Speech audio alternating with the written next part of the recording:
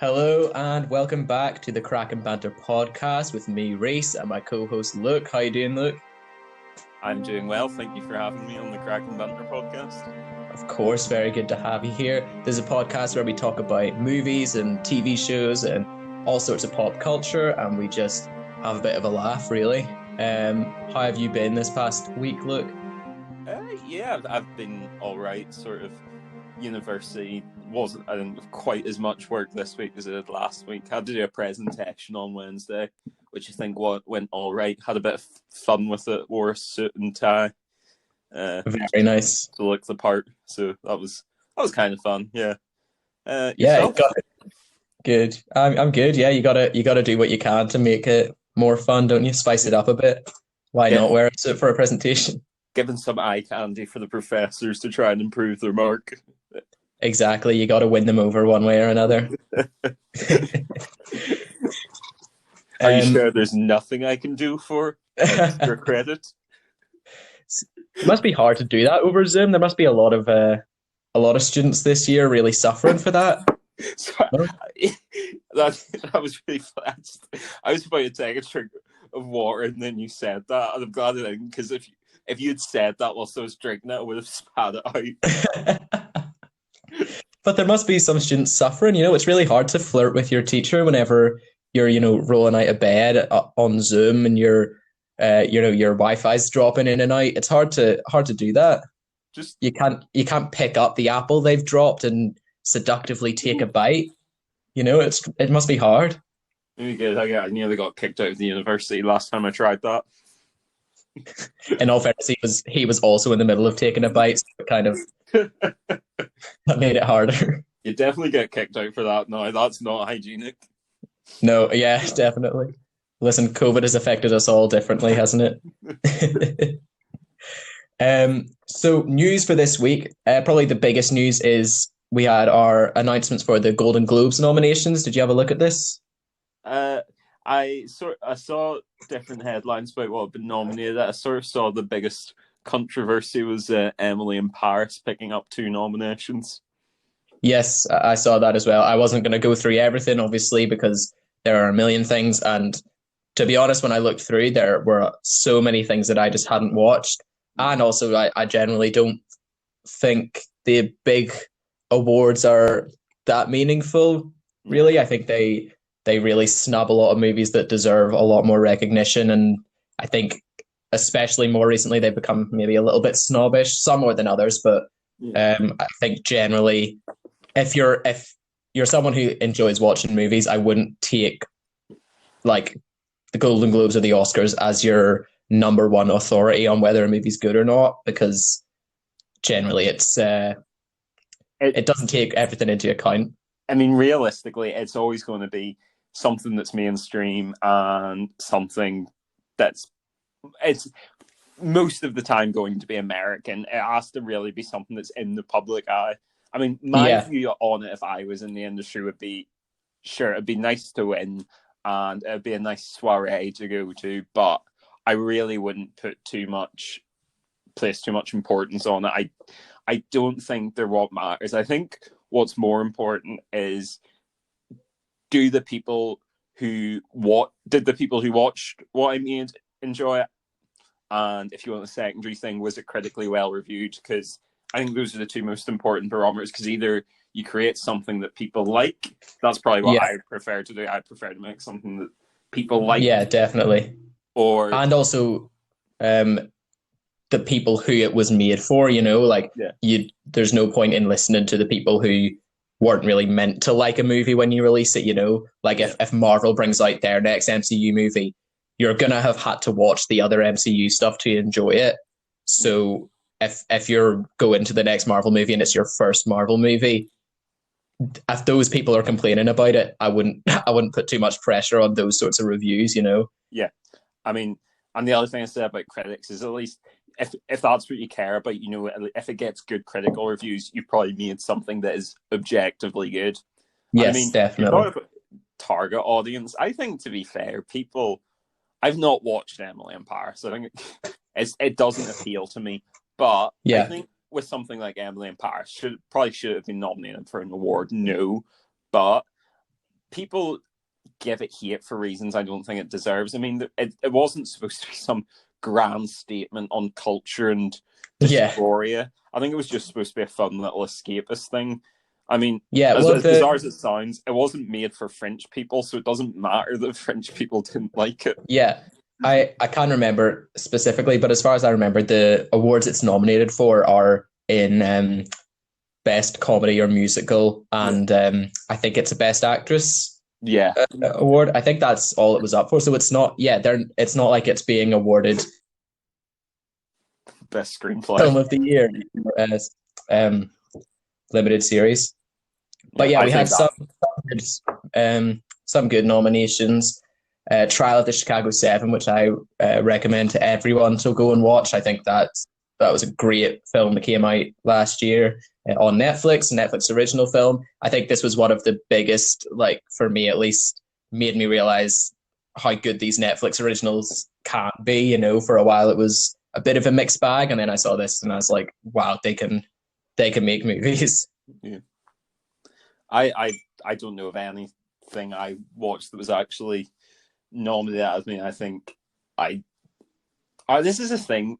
I can't remember if this is something I've discussed on the podcast before. So if I have, I apologize. Feel free to skip forward if like 15 seconds or whatever. But I feel like I spend my life having things recommended to me on Netflix, and I'll go on to watch them. And I'll just see some like obscure series that I think, oh, that looks quite good, and watch it. So there's still things just years down the line I still haven't watched, like Stranger Things or House of Cards. But I mean, I think I missed the boat on House of Cards for obvious reasons. Tricky one to watch that now, isn't it? Yeah. The tricky watch. And I mean, I've only gotten around to watching I've only got around to watching Narcos now, sort of like 5 years after everyone else did.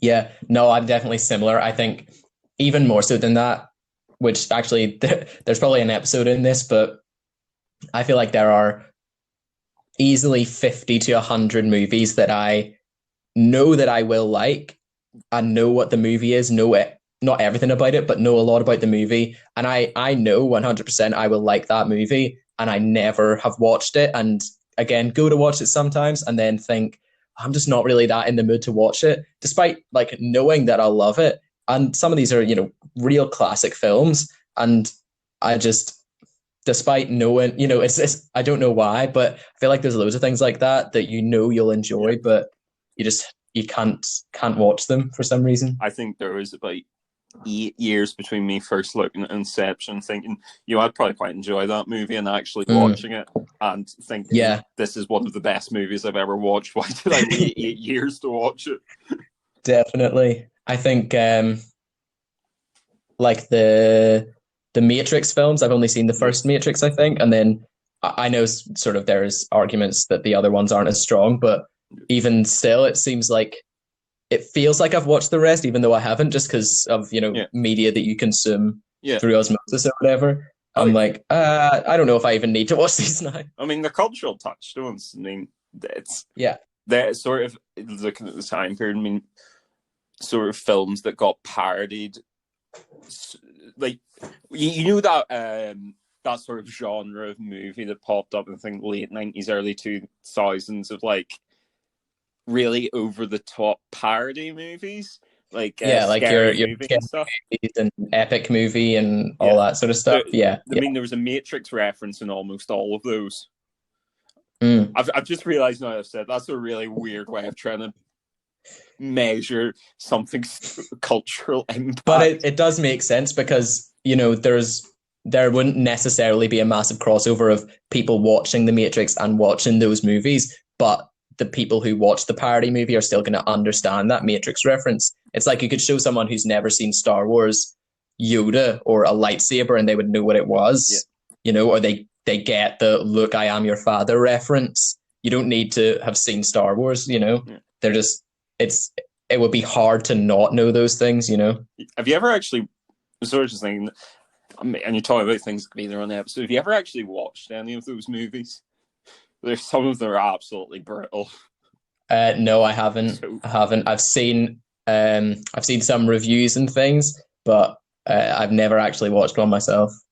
Like, I don't think. I think I watched Epic Movie when I was probably too young to watch it. Like, I don't know, 7 or 8 or something. Even I remember thinking at the time, this is dumb. Like, I mean, Yeah. if you looked probably what made 8-year-old me laugh, for me to say something is dumb, it had to be Yeah. bad. For you to just be like, wow, this is a bit lowbrow. Yeah. Although that being said, like I feel like my brain's melted so much over the past however many years. I feel like I probably just watch one of those. I just laugh at all the dumb stuff. Like, this is partly your fault. You got me to watch Grown Ups. That broke something inside of me. Like, I just laughed. I would like the record to show it wasn't. I didn't get you to watch Grown Ups for a recommendation. We did a review of Grown Ups 1 and 2. It was not my recommendation. Look, you have to watch Grown Ups. It's my favorite movie. To be fair, though, so if it'd be like a film me once, film me twice thing, the fact I watched both Grown Ups. So if you'd recommended one to me and then I'd chosen to watch two, that would be very much my fault. Yeah, that is true. No, those Grown Ups reviews, I really enjoyed reviewing those, though, as much as I didn't enjoy watching them. It was very funny to talk about. So maybe we will come back and do an epic movie or a scary movie review So sometime. I've seen parts of. We'll need to see what the worst one is, and that one we'll review. I mean, some of the early scary movies I've watched, maybe like half an hour of two, was actually quite funny. I think the original what. Like maybe the first 2 or 3 scary movies are actually supposed to be quite funny. It's just like everything else that followed that, be it another scary movie or whatever, was just progressively worse. I suppose those initial couple would be, in a sense, groundbreaking. Like I don't imagine. Obviously, parodies have existed for a long time, but to just have something that is like basically nonsense and just parodies and references to things that are happening at the time. Yeah, that kind of makes sense as a movie that you'd be like, oh, I'll giggle at these jokes, and then after it's been done so many times, you start to realize that they aren't really jokes. Yeah, it's a limited movie genre. Like, it really, as a genre, only needed 1 or 2 movies. It's like, I don't know, if someone had taken. I'm trying to think of every time I sort of think of something that was only existed as one movie and wasn't a totally beaten dead horse. I feel because Hollywood ultimately loves beaten dead horses. But I mean, just I don't know, say if someone had seen Alvin and the Chipmunks and decided, and I know there was more than one Alvin and the Chipmunks movie, but then decided to make like a slightly worse Alvin and the Chipmunks, like Dave and the Ferrets or something. And that almost definitely happened as well. Yeah. Just kept doing that. Like, it doesn't need to exist. Yeah, exactly. It's I think other people I think I may be stealing this from someone else, but or maybe many people have said this, but it feels like movies that are designed to trick people's grandparents into buying them as Christmas presents. Oh yeah. You know what I mean? Yeah. It's like Brave comes out and then Confidence is out, right next to it, and it's a Scottish lady with just slightly worse animation. Yeah. And the picture on the front is almost identical. Yeah. Oh, I don't know how they get away with making those movies, but that feels like the only reason they exist. I can give you a great example of that. Do you remember they did a Puss in Boots movie with Puss in Boots from Shrek? They did, yes. Yeah, it was quite good. I watched it. I think I've only seen it once in cinemas, but I did enjoy it. It's a good movie. It's as good as it's probably better than maybe like Shrek 4 and probably just as good as like Shrek 3 or something. Is a decent movie. But like the exact same year, someone released a movie called Puss in Boots. I think the exact same thing has happened to both of us here. Yeah. Did you got gifted, or maybe not gifted, but given the wrong Puss in Boots movie? Thankfully, I wasn't given it, but what happened was, I think this was back in school. It was like maybe one of the last days of school before like Christmas or summer or whatever. So we got put in the lecture theatre to watch a movie, and we were told, "Oh, you're watching Puss in Boots." And I thought, great, this is Puss in Boots as in the Shrek one. That's a good movie. And then they stuck this on, and it was just bad. Like, I mean, it wasn't like sort of trying to be something completely failed in a car crash way. It was just so objectively bad. It like looked like the movie lasted like. Thankfully, I didn't have to watch all because we were only in there for an hour. But I mean, the movie was maybe like 80 minutes long and looked like it Yeah. somehow been made in 15. Yeah. Well, I think I watched the exact same movie or another movie that was called Puss in Boots that wasn't that movie. My story is slightly different in that this was back in the olden days, look, when we grew up, whenever Extravision still existed and was a thing, where you could go and you could rent movies. Oh, yeah. And similar idea where Puss in Boots had just come out and I'd seen it and I'd gone, oh, I really love the Shrek movies. I would love to see that Puss in Boots movie. I think we were now old enough to see whenever a movie was coming out and then actually want to watch it rather than just like be plunked down in front of a TV. Yeah. So I remember going to Extravision and being like, whoa, they have it already. That's such a quick turnaround, because normally in those days it would be movie would release in cinemas and then maybe a couple of months later it would release on DVD, and then maybe a month or two after that then it would be available to rent. Like there was always a real slow turnaround before you could rent it. So I remember being like, oh, that's come out really quickly.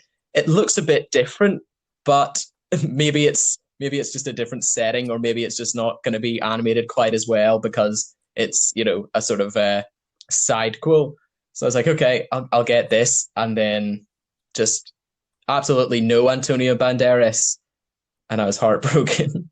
I could say that about any movie that doesn't have Antonio Banderas. That is true. Spanish voice. No, so I wasted a load of great material here, but it reminded me of another thing.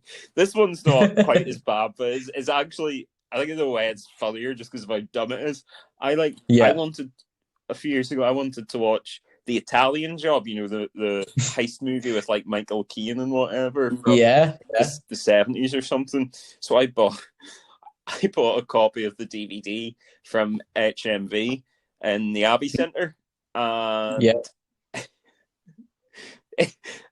wasn't paying enough attention, clearly, because I bought a film called The Italian Job, but it was a remake with Mark Wahlberg and Michael Caine's role.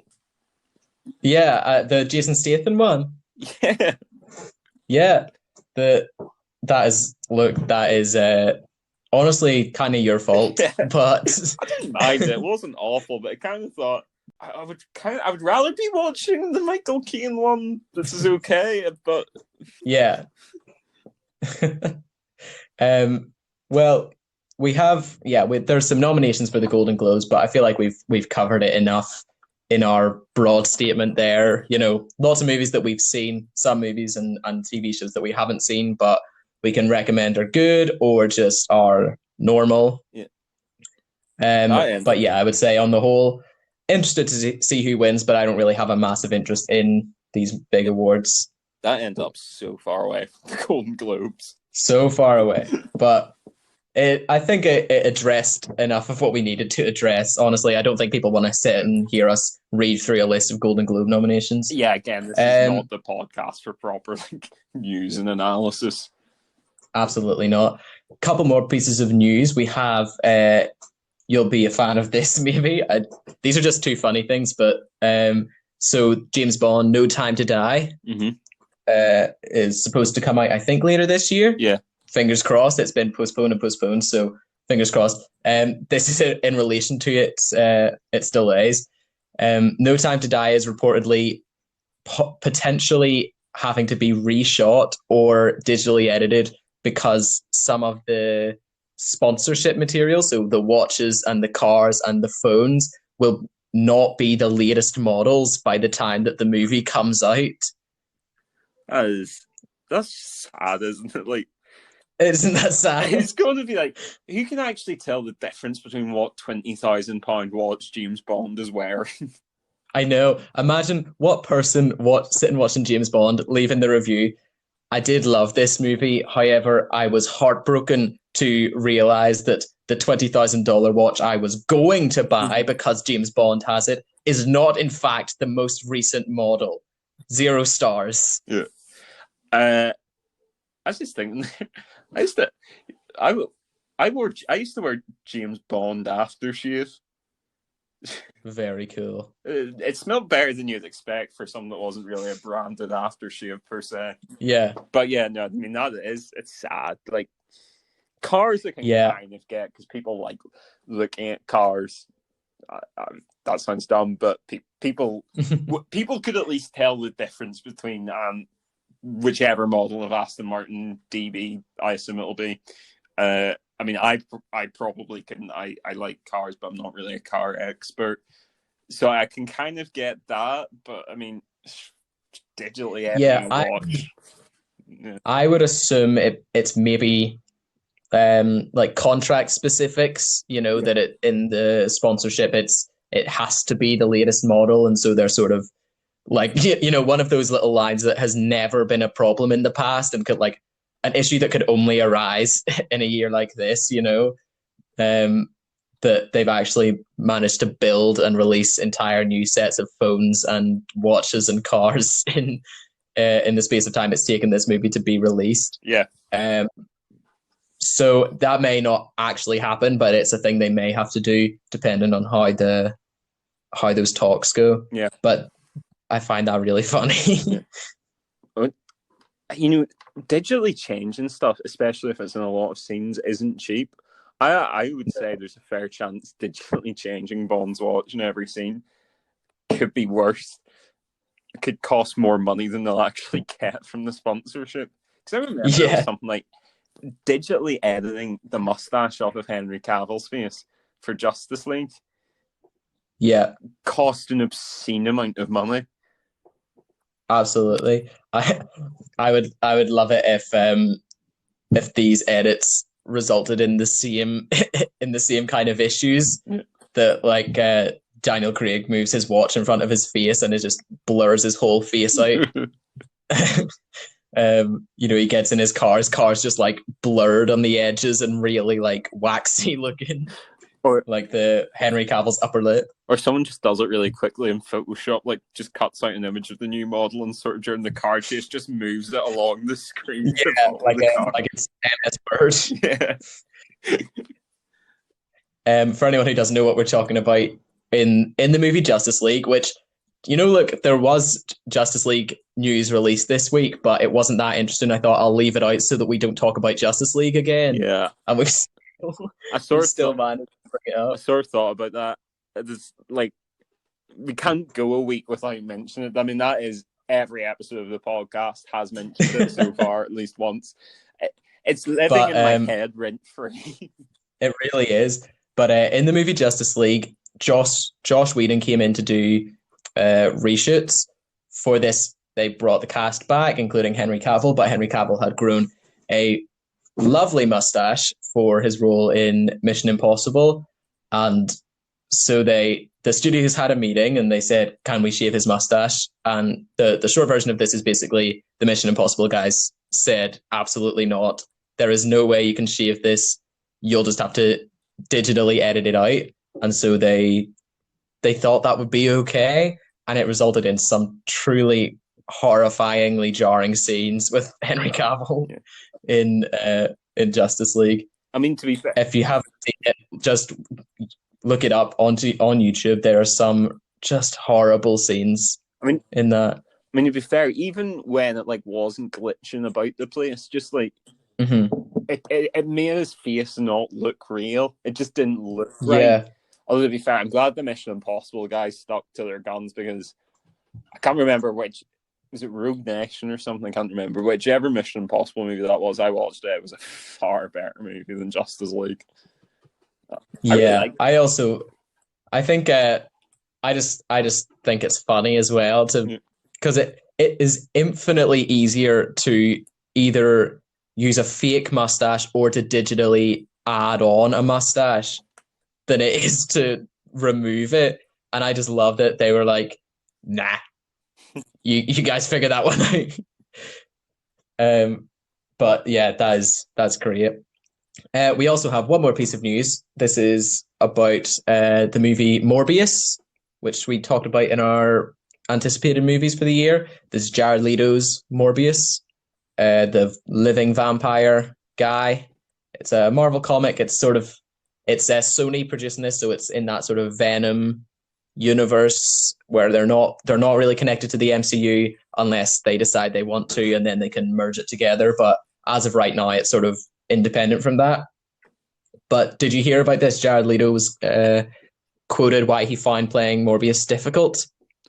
No, I didn't. But did it involve him not being allowed to send dead rats to his co-stars for this movie? No. He's faced different challenges in this. I'll just read you the quote. Keep in mind, Morbius is a vampire, like a kills and eats people or drinks people's blood vampire man. Yeah. Jared Leto was quoted as saying, "It was hard for me in some way because I'm not used to playing roles that are a little closer to who I am day in and day out. Dr. Michael Morbius is a little closer to the way that I talk and the way that I behave." End quotes. I was expecting this to be something that could rip the piss out of Jared Leto for it. That's actually just genuinely a little disturbing. Isn't it? Yeah, that's weird. Why would you say that? Yeah, why would you say it? Like, I mean, even if it's true, even if you think that, yeah, there's nothing stopping you from just not saying that. It's not like he had to say words and that was all that came out. He could have just not said it. Do you think he's one of those guys that's just a no for share? Like, some people just almost subconsciously just say things that, like, if they thought about it, they probably wouldn't say. That, like, people who discuss their toilet habits. Yes. Which can be kind of funny. It is a little different from saying that you're kind of like a person who drinks other people's blood. Yeah, I know. It's just being like, it was quite tricky for me to just play someone who's so similar to me in real life. Yeah. I mean, I guess there's two ways of looking at this. Either it's really weird that he finds himself relating so strongly to a vampire man, or it's just bad. Like, even if it's not that, even if he's talking more about Dr. Michael Morbius, the sort of human persona who's just a man, that's just admitting you're a bad actor. To be like, I just find it really hard to like play a normal man. Yeah. There's either way of looking at this, it doesn't reflect well on Jared Leto. Yeah, well, to be fair, it all feels a little, in a weird way, it feels a little par for the course with him. All his interviews are a bit weird. I mean, sort of the dead rat thing was a reference to Suicide Squad, where because I mean, the level of method acting he goes into is insane. But the thing with method acting is, you go to that level, people will just start to think you're not a very good actor if that's what you need to do to be able to play someone. Like, I mean, back in the old days, people didn't do this. This was like a thing that started in the 80s or whatever. But like before that, people just turned up. This is like the Band Extras. Have you seen this episode with Ian McKellen, where he's doing a parody of pretend he's like a really high level acting coach, but he just says really stupid things like so when I was playing Gandalf in Lord of the Rings, what I'd do to get into character is I'd arrive on set, I'm Ian, get into costume, still Ian. Then Peter Jackson would say action, and then I'd be Gandalf.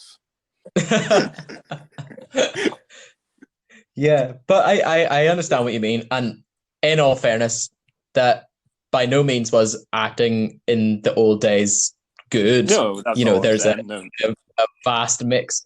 But yeah, there is something to be said for going far too deep into it. But also I feel like the way in which he is, quote, method acting, it feels like doing it wrong. It feels like that's not what it actually is. It's not. It's not.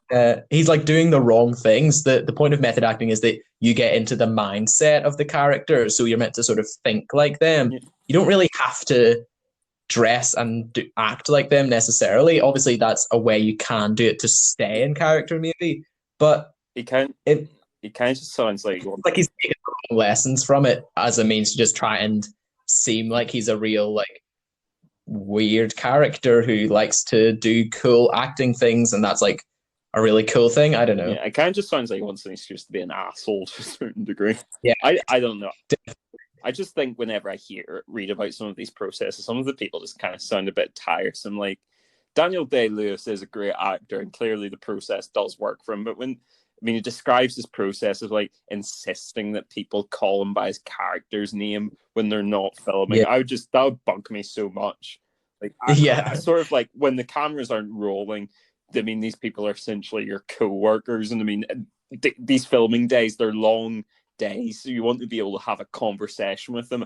You want to have a conversation with Daniel Day-Lewis. You don't want to have a conversation with Abraham Lincoln. Yeah, I think it's sort of, you can do it if you want, but it's a good way to make no one want to talk to you. You know, I feel like that's what it comes down to. It's like you want to interact with people outside of the role or outside of filming while you're still in character, but if you remain in character, people aren't going to want to interact with you. So it's a double-edged sword, really. Yeah. He's like the sort of guy who goes to after work drinks but brings his laptop with him to do work. Yeah, exactly. It's sort of like if you go to a convention or whatever, and there's people cosplaying, you want them to play as the characters, or to act like the characters. I think that adds a lot to it. Yeah. But also, when if someone is there as, I don't know, some villain, right, and you ask them for a picture, you want them to say yes. You don't want them to hit your phone out of your hand and punch you in the face. There's a line that you toe there whenever it's like, oh, they really act like Megatron, and then you go, can we get a picture with you? And then they like try and kill you, because that would be saying in character. And then then they get home from the convention and their wife's like, so honey, how was the convention? And they're, oh, I killed 17 people. What? Why would you do that? That's so horrible. It's called acting. How am I meant to stay in the role? How am I meant to get into the mind of Megatron if I don't commit genocide? That's what he does. It's what he does. I want to go to this convention now.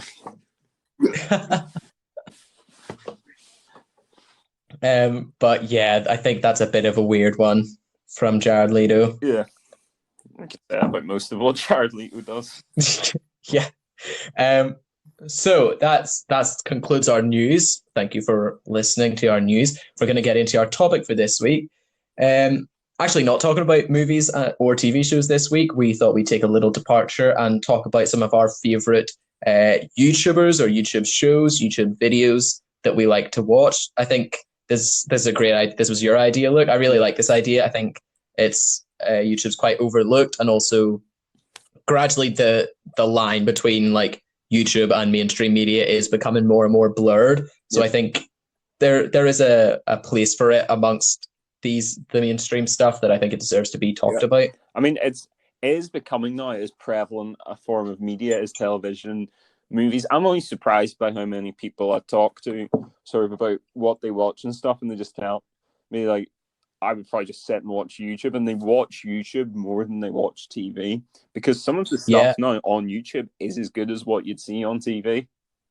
Yeah, I would say I'm similar to that in terms of I don't know if I'd necessarily enjoy watching YouTube more than watching movies or TV shows, but as something to sit and watch, it is by far the most like comforting and easiest to watch, I think, than movies or watching TV. I think the nice thing about YouTube is there's so much on it that's completely random and different. Every video is different, but it's still through its algorithm and through all of that time spent on it, you're finding things you actually want to watch. Whereas if you sit in front of a TV and watch whatever happens to be on, then you're just watching whatever. Or you sit and watch a show that you're currently watching, and then you have to watch the same thing for a long time. YouTube, you've got like that nice sweet spot of variation, but still things you want to watch. So I think that's what sort of works in its favor. Yeah, exactly. And the amount of dumb like 30-second clips I find on YouTube that make me laugh as well is fantastic.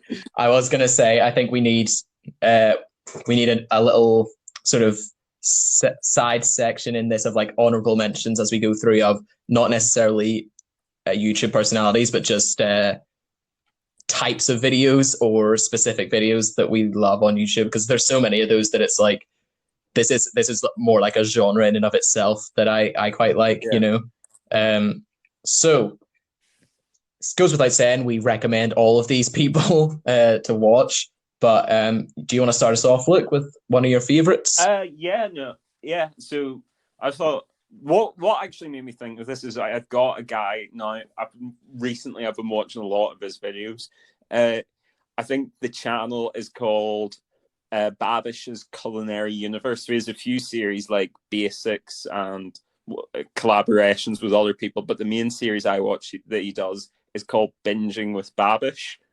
Okay. So yeah, it's basically just a cooking show, and it's got this guy who's it's not his real name, it's just his screen name, Babish, and he's a professional chef. What he does in the Binging with Babish series is he takes meals and foodstuffs from TV shows and movies and tries to recreate them. I have seen this before. I didn't know that that's what it was, but I've seen these videos before. That's very cool. Yeah. I like that. Yeah, so I mean, I don't know why recently, but I've just been getting like big into cooking shows. So I mean, I've been watching his stuff. I've been watching James May's cooking series on Amazon Prime. It's called James May Cook. And I like on Thursdays I like kicking back with a beer and watching Nigella's cooking show. Of course, a classic. Yeah, but so sort of just to give you a flavour of the sort of thing, like what I did there. Excellent. That's a great joke. A flavour of some of the things he's cooked. He did. Are you familiar with the episode of SpongeBob with Bubble Bass or Bubble Bass? Bubble Bass, yes, Bubble Bass. I am, yes. Where he does his big long burger order. Well, he's recreated that before. So that's a that thing. It's like it's like something like eight beef patties and 30 slices of bread or something. Absolute behemoth. That's the sort of thing he creates. And it's just, to borrow a phrase I think used earlier, it really is comfort food watching. Yeah, definitely. There is something so comforting about food shows in particular, I think. I mean, I've just finished watching the series of Junior Bake Off, which is obviously Great British Bake Off, the sort of kids version of that. It is quite honestly some of the greatest television I've ever watched. I know this is a YouTube episode, so I'll not talk about it much, but go off. Everything you love about Bake Off, that, you know, it's so wholesome, it's so comforting. Everything, they just cook things that make you so hungry for like cake.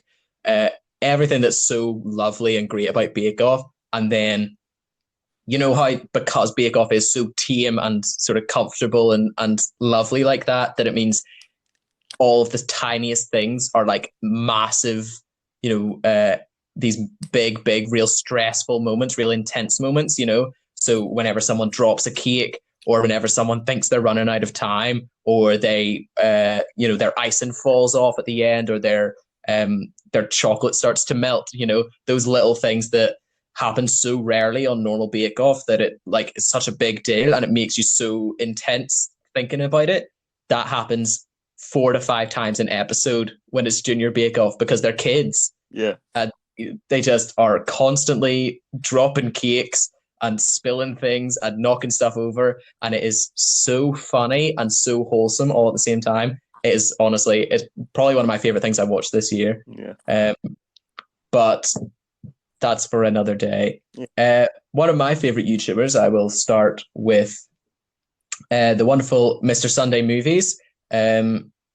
Sunday Movies is an Australian man.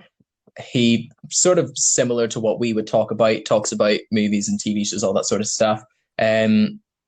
He has a YouTube channel, obviously. He also has a podcast, which I may have recommended before, The Weekly Planet, where it's him and a friend. It's sort of like us, but they're Australian and funny. Yeah. Yeah. But their podcast is great, and his channel is great. They do a lot of, obviously, the two that do the podcast, they do a lot of stuff on his channel together.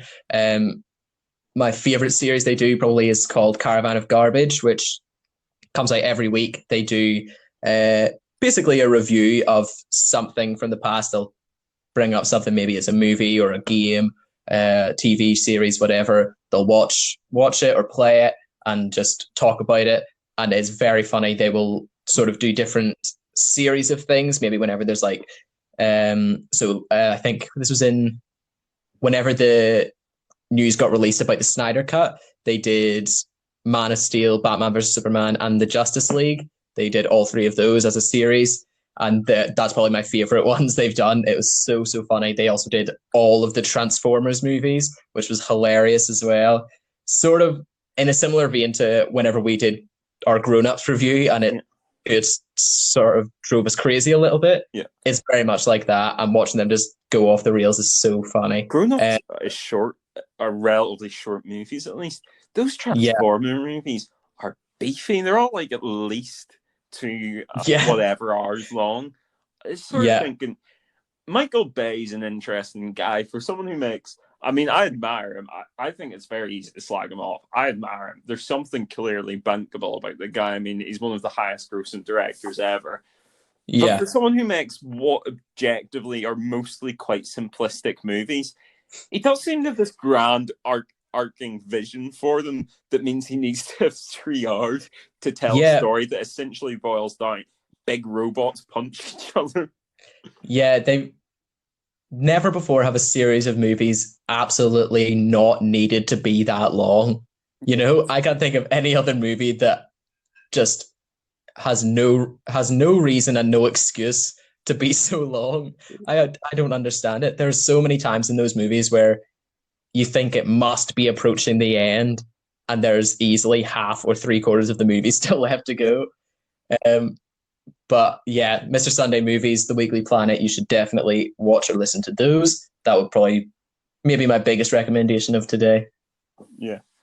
I was just sort of thinking there, sorry, I know I should really leave it, but I'm just sort of thinking about those Transformers movies on things you cut. I like it. It was absolutely essential to have a scene of Megan Fox bending over a car in a pose that I can only describe as not how you fix a car. A pose that can only be described as that. So she also got the wrong idea when someone told her to turn the car on. Excellent. There's definitely some unessential scenes. I suppose that, if you go back, you could easily recut those movies to be an hour long if you just edit out all of the lingering shots of a robot humping someone's leg, you know. The past years would really come full circle if we got a Bay cut from Transformers movies. Artistic vision purely distilled. I think I'd rather see Michael Bay's cut of Justice League.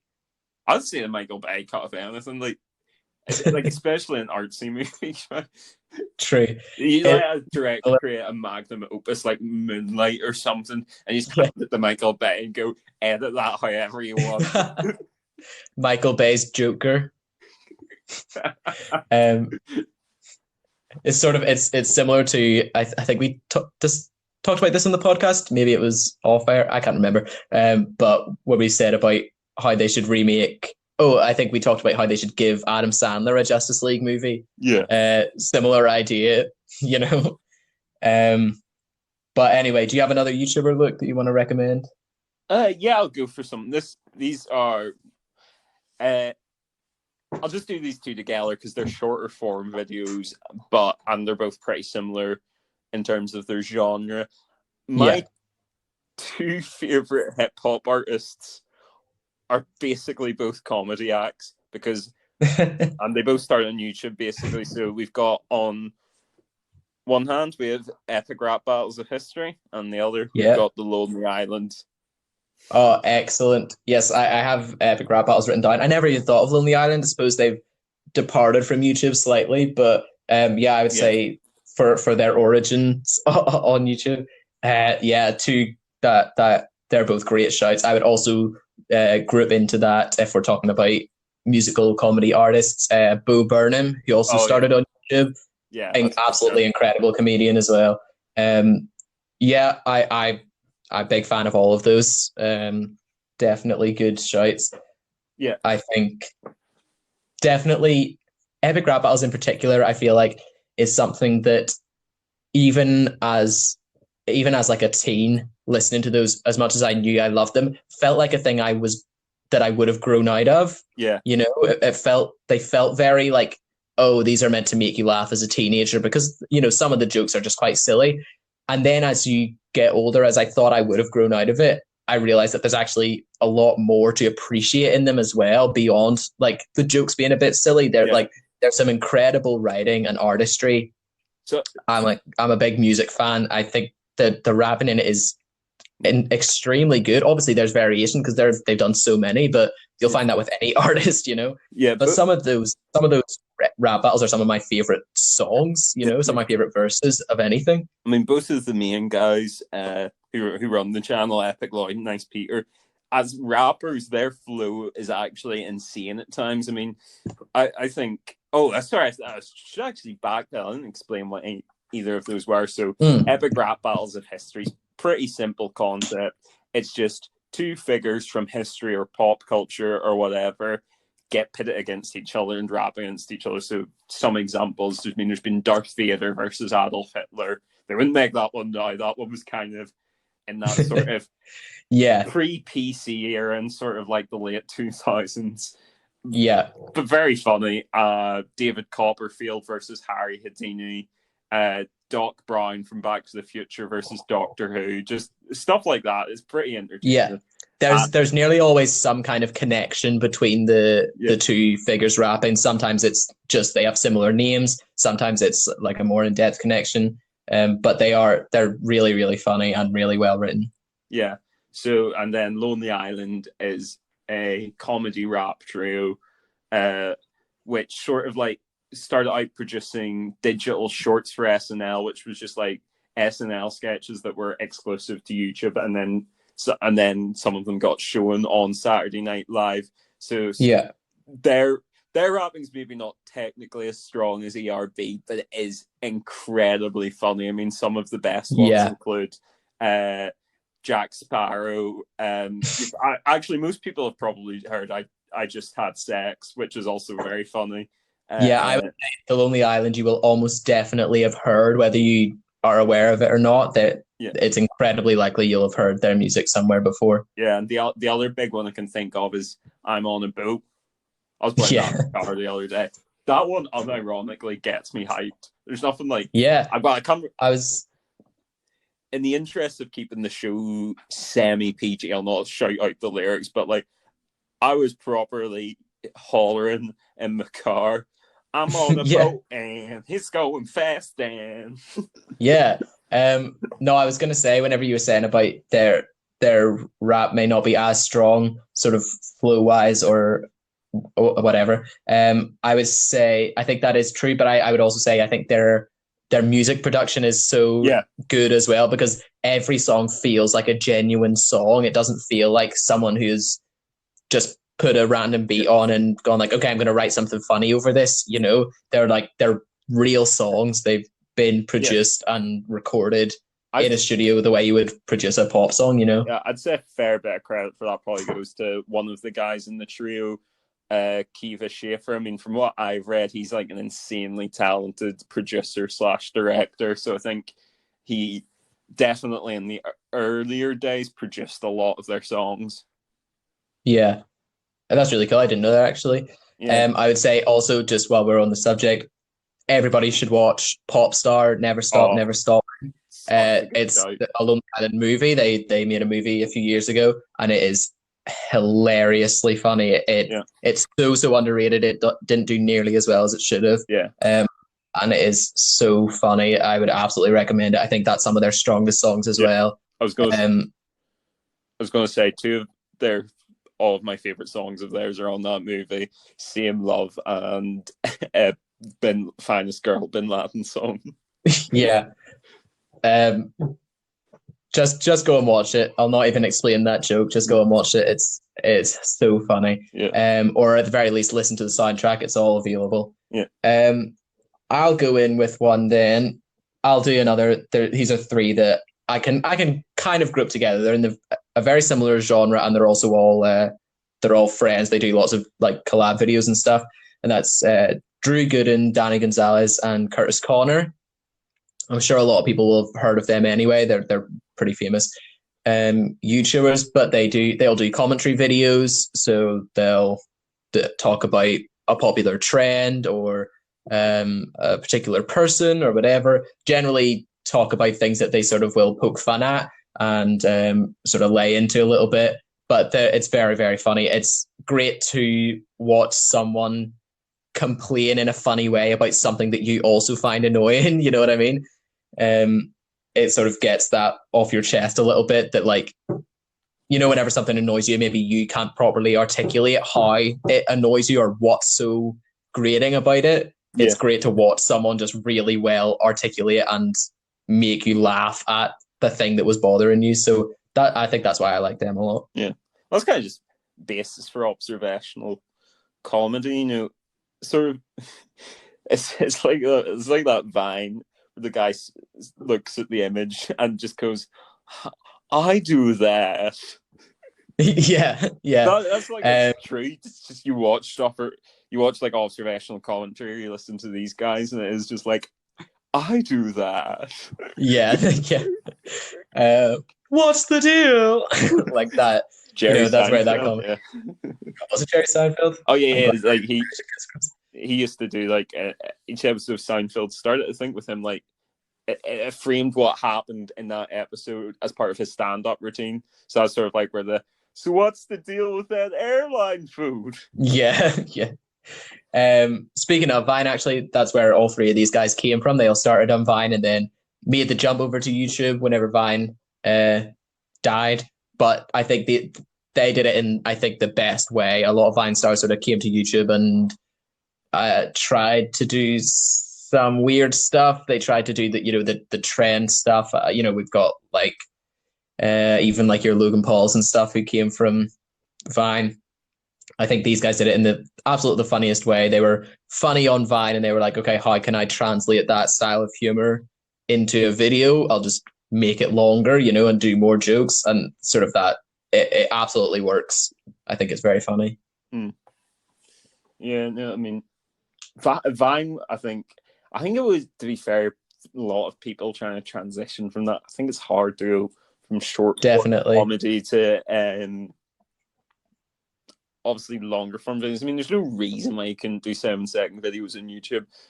But I think from how the algorithm works and stuff, I'm not going to pretend to have some deep understanding of that. But 7-second videos aren't going to come up in lots of people's feeds.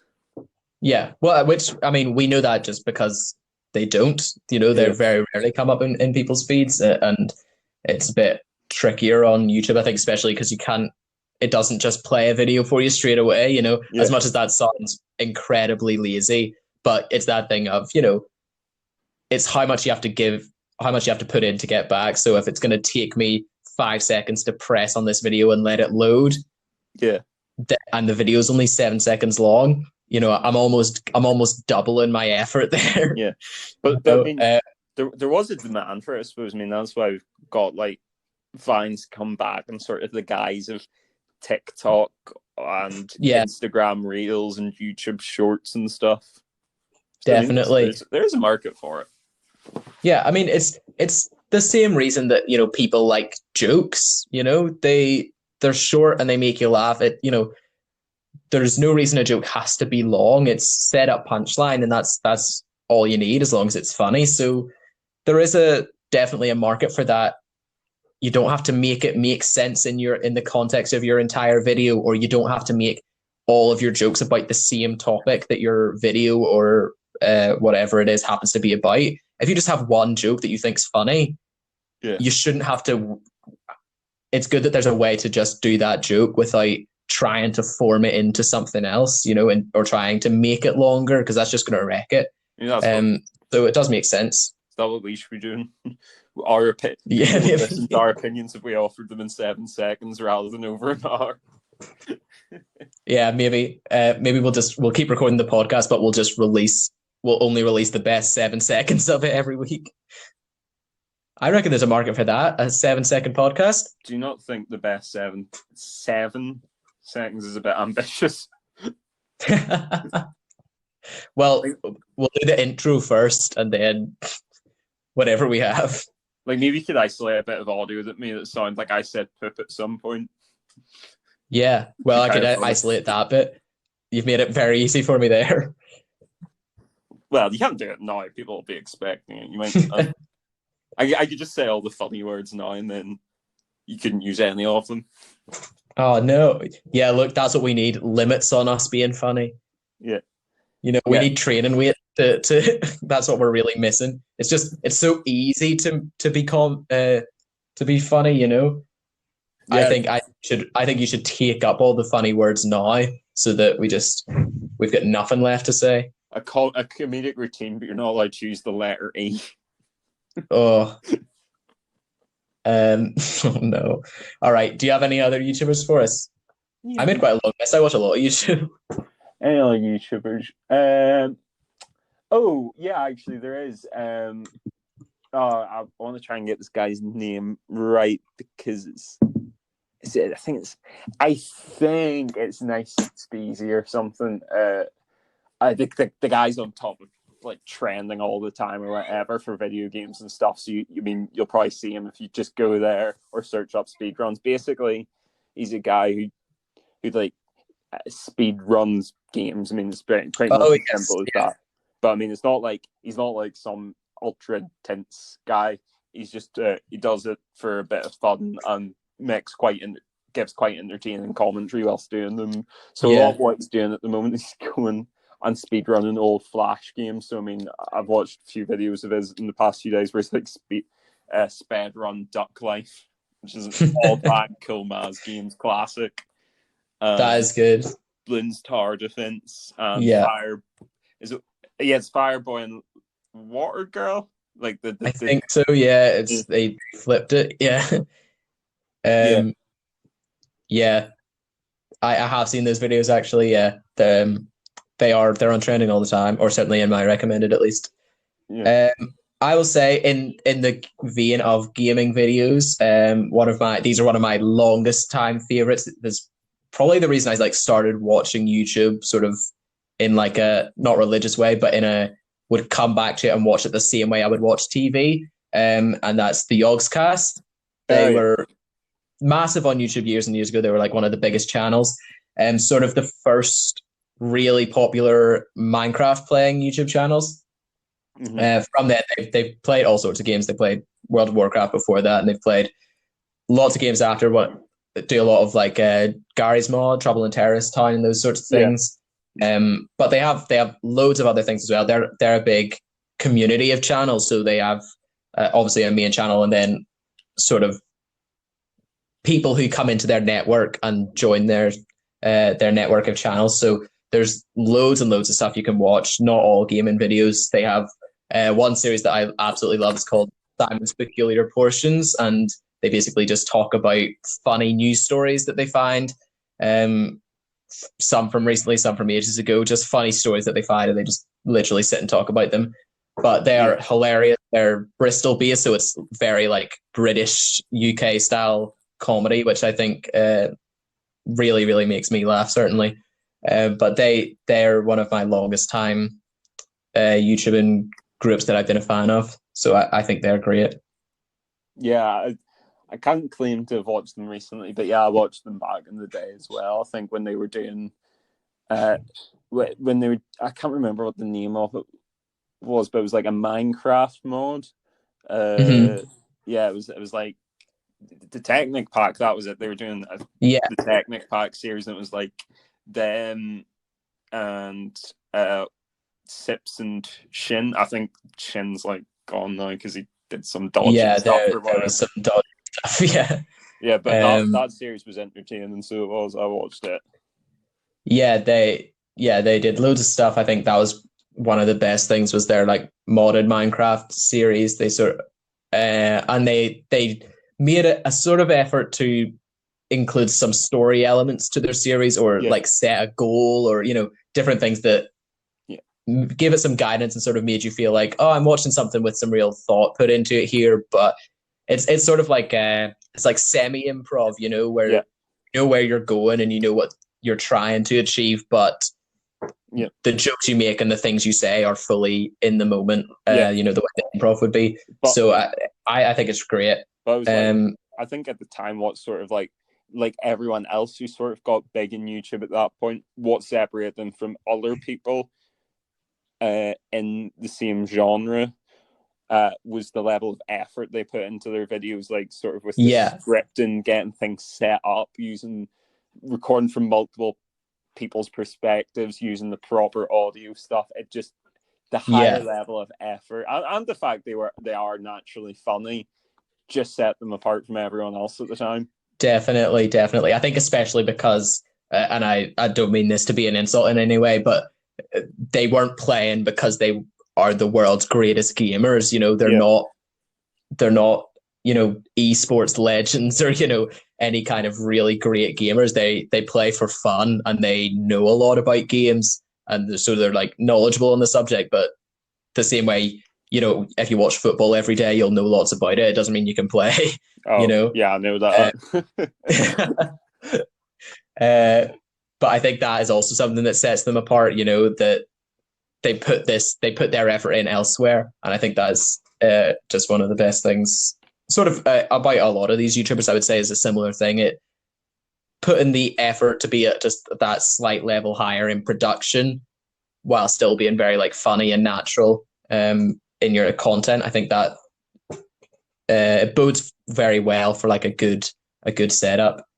Sorry, this just popped into my head, and it's so out of sync with everything. Absolutely. It's going to bother me to say that. I said earlier in the podcast I brought the Italian Job DVD from the Abbey Centre HMV. That's incorrect. As far as I'm aware, there's never been an HMV at the Abbey Centre. I meant to say I bought it from the Fair Hill Shopping Centre at HMV. Yeah, look, I'm sure you were going to get rinsed for that. We were going to have emails. I'm going to have to take this whole recording down. I can't believe that. That's what you say. The whole thing's unusable now. I'm sorry. I'm sorry. Well, all right. We'll start again. All right, back to the start. Okay. Hello. Thank you for having me on. Of course, happy to have you. Anyway, I have another one that I think like we could both definitely talk about. This is YouTube, but also YouTube adjacent, because you can watch this on other platforms. But a stem off of College Humor and their streaming service Dropout, which I assume we both watched, and I've watched College Humor for a long time. But they have their Dungeons and Dragons actual play show Dimension 20, which I know we are both very big fans of. And you can watch that on YouTube, and you can also watch it on Dropout, their streaming service. Incredible show. One of my favorite things to watch. I watch it week to week when it comes out, and it's so good. For anyone who doesn't know, it is basically a group of comedians and actors playing a game of Dungeons and Dragons. It's an anthology series, so they have different seasons. Some of them are set in the same universe, some of them set in completely different universes, from a fantasy set that is, or a fantasy land, but set during the sort of what would be 1960s, 70s era, to a Game of Thrones style setting, but everybody is made out of food.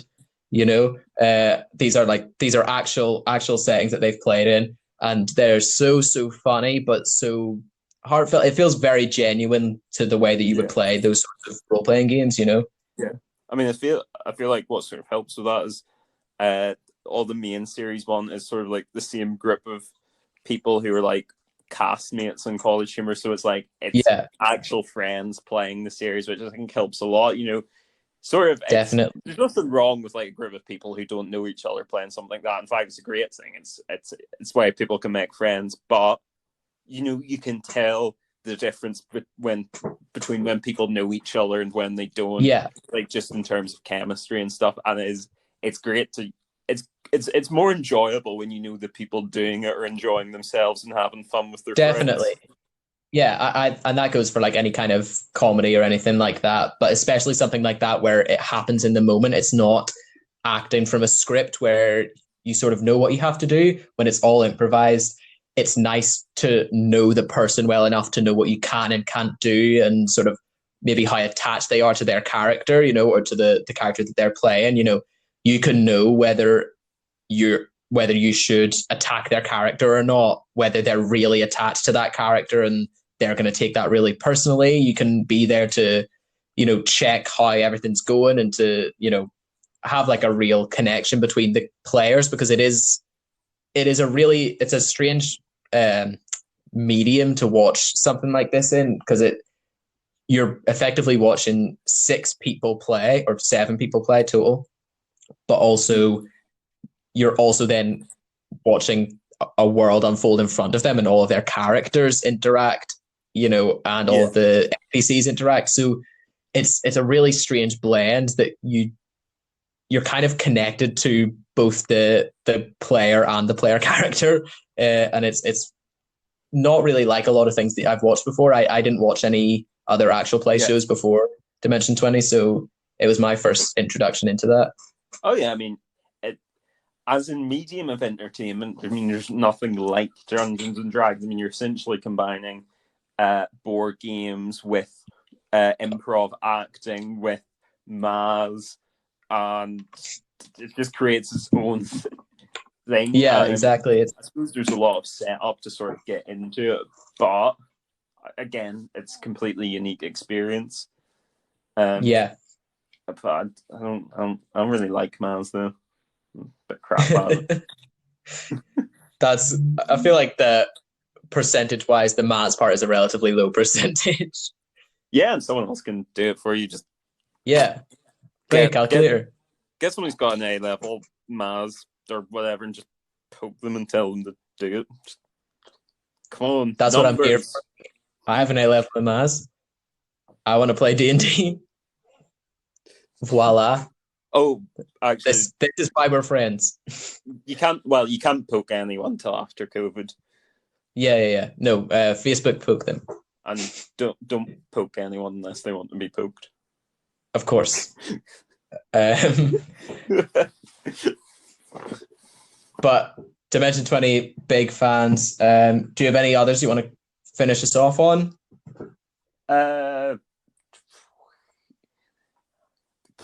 I mean, there's just so many YouTube channels. I feel like we've got to stop at some point. So I'd say I'll just cut it off there.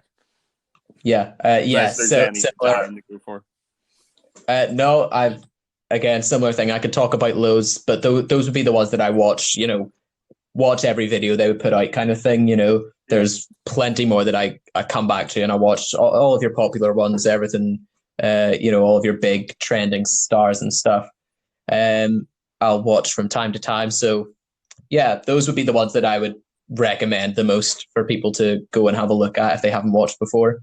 But that brings us very nicely into our next segment, which is, have you seen this?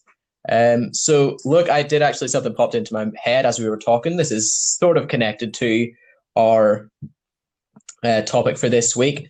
I watched this a little while ago, but since we were talking about YouTubers, these are a group of people who came from YouTube, and that is Auntie Donna's Big Old House of Fun on Netflix. Auntie Donna is a comedy trio, comedy sketch group. They came from YouTube. They started on YouTube, and they now have a Netflix show, and that is so funny. Absolutely my style of humor, that the sort of humor I would find funny. I think it's so funny. I watched it a little while ago, but I would absolutely recommend that to everyone. Reese, if my flatmate is still listening to the podcast, I don't know, he might have given up by this point. I think a lot of people might have. You'll have no idea how happy you've just made him. He loves Auntie Donna. I mean, so do I, but he properly loves it. Like, it's one of those series he's watched multiple times. But I love it. I was going to say it's so dumb and hilarious, but it's like it's not dumb as in it's unintelligent. It's like Yeah, it's so intelligently ridiculous that it's yeah, absolute genius. exactly. Ridiculous to that point of there are almost things in it that I don't even understand why I find them funny. It's almost scientific in that way of like this will make people laugh and you'll have no idea why you're laughing at it. Like you can't piece together what the joke even is, but it's so funny and like regardless of that, there's I some re- things in it that I just can't get over how funny they are sometimes. I was almost crying laughing at the SWAT song from like Yeah. maybe 4 or 5 as just one of the single funniest things I've ever seen on television. Definitely. I think one of my favorite sketches is the tiny man Yeah. sketch. The tiny man who lives in the walls or in the floor of the kitchen is so funny. The whole show is so funny. It's not really that many episodes. It's quite short. You can watch it in like a day or two, and then go back and watch it again. But that's my big recommendation for this week. Very, very funny. Well, sort of. I have to confess, I have basically again only watched Narcos. This week, I feel like it would be a bit disingenuous after talking about Narcos the other week to try and make out as if Narcos Mexico is a different show. So But instead, I you will. can pull something out of the archives, you Yeah. know. So yeah, I'm going to go back a few, probably months now actually since I watched this. This was a lockdown watch. I watched it with my brother, but I'm going to talk about a show that was unfortunately the victim of the swinging Netflix pendulum of cancellation.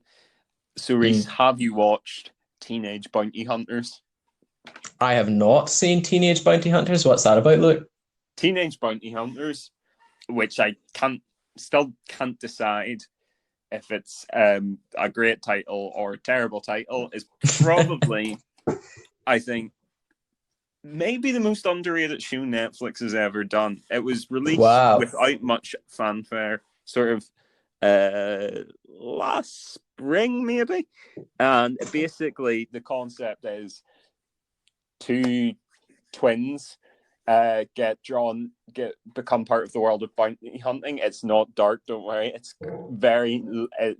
the tone is light. It's very enjoyable. The relationships between the characters are brilliant. It's got some of the best LGBT and POC representation in any recent Netflix show, and it's an absolute joy from episode 1 to episode 10. It's the sort of thing I think anyone could and should watch.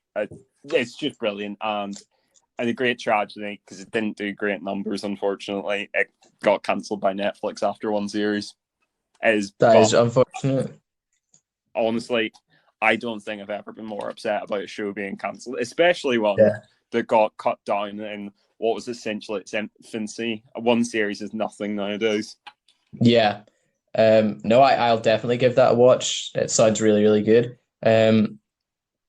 Yeah, it is unfortunate when that happens. I think I do vaguely recognize the title, so it may have appeared on my Netflix or my recommended or something, but I don't remember seeing, as you say, much fanfare about it. So it's a real shame to cancel something after hardly even promoting it in the first place. You know, it sort of seems you're asking for it to fail really at that point, aren't you? Yeah, So but that's a real shame. I mean, I would caveat it by saying maybe it sounds like I'm singing the praises of a show no one watched because it wasn't good. But I swear, if you go up and look online about anything, everyone who watched it loved it. It's just I Yeah, don't know what it was. Maybe the cover art for its title on Netflix wasn't particularly interesting. Maybe it was the title made it sound tonally different to what it was. But yeah, it's the greatest. It's one of the greatest TV tragedies of the past few years, and I tell you to what extent it is. I actually sometimes just think about the show and get upset that it got cancelled. I can't think of many shows that have lived in my memory as long as this one has. yeah. Well, maybe if it's so like beloved by the people who viewed it, we can hope that it'll maybe have a resurgence in like a few years if more people get on board with it. That would be good. That's part. We'll I've got to hope for rep the on the podcast. I've got to try and do something. exactly. There was a fan-led campaign that's brought plenty of shows back. Futurama got cancelled. It got brought back because of the fans. Yeah. Family Guy after its first run did. Brooklyn Brooklyn Nine-Nine. shifted series, yeah. Producers. The Expanse, I think, got bought by another place. So I mean, there is some hope after death for Netflix shows, but I just don't want to be one of the ones that gets left behind. Yeah, well, you heard it here, listeners. The revolution starts with us. Bring back Teenage Bounty Hunters. I haven't even seen it yet, but maybe next week I'll be against this idea. But I can't imagine I would be. Usually, your recommendations are quite strong, and this seems to be a pretty hefty one. So I'll definitely give this a watch, and we'll see how we get on. But look, that about finishes our podcast for this week. Flew by. Hopefully, it did for the listeners as well. I hope so. If it didn't, we are at the end of episode 4. So I mean, a joke, but I mean, if you're not enjoying it, why are you still listening? Unless listen, if it didn't fly in, it's a bit late now. Yeah, you know? You're actually on board now. Not in so much exactly more in a hostage way. But yeah, thank you very much for joining me, Luke. Thank you for having me. It's been a pleasure, as always. If you want to get in contact with the show, you can find us on Instagram and on Twitter at Crack and Banter Podcast. Just look us up. We also have an email now. You can email us at crackandbanterpod@gmail.com. No capitals, no underscores. crackandbanterpod@gmail.com. Send us a letter. Send us recommendations, an opinion. Tell us we were wrong about everything. Look, there was an HMV in Abbey Centre. Let us know what you think, anything you want us to talk about, suggestions for future episodes. We would love to hear them. Just give us a shout and we would love to hear what you have to say. That is us for this week. Look, you want to close this up? It's just the other thing I thought about, because we discussed it last week, is, since we're a local homemade straight from the cow's teat podcast, we would love. I mean, if you are someone who's doing something similar to what we have done, starting a podcast, or you've done a film, or you've started a small business or whatever, we would be more than happy to give you a shout out on here. I can't guarantee that we'll cause you to become the next James Cameron or Jeff Bezos. I don't think you'd want to be Jeff Bezos. But we're more than happy to give anybody a shout out as long as it's age appropriate. I don't think. No, I don't want to say never, because if they come in with a big money offer, I would promote Love Honey. But it's maybe not so appropriate for the tone of the podcast. But perhaps whatever the tone of this podcast is, yet to be seen. I think. But yeah, if you have anything. If you have anything you want us to shout out, we'd be happy to do it. We'll maybe just do that anyway. Look, in future, we'll maybe just shout out our favorite local thing. From time to time, whenever we have anything that pops into our heads, we'll shout it out, because help each other, help everyone out. We'll all grow a little bit, piece by piece. But hopefully you've enjoyed this podcast. As Luke said, I don't know how you couldn't and still get this far, because man, we've talked a long time. But please, like I said, like and share, tell a friend, leave a review if you can, and we will see you guys next week. Bye-bye. Bye.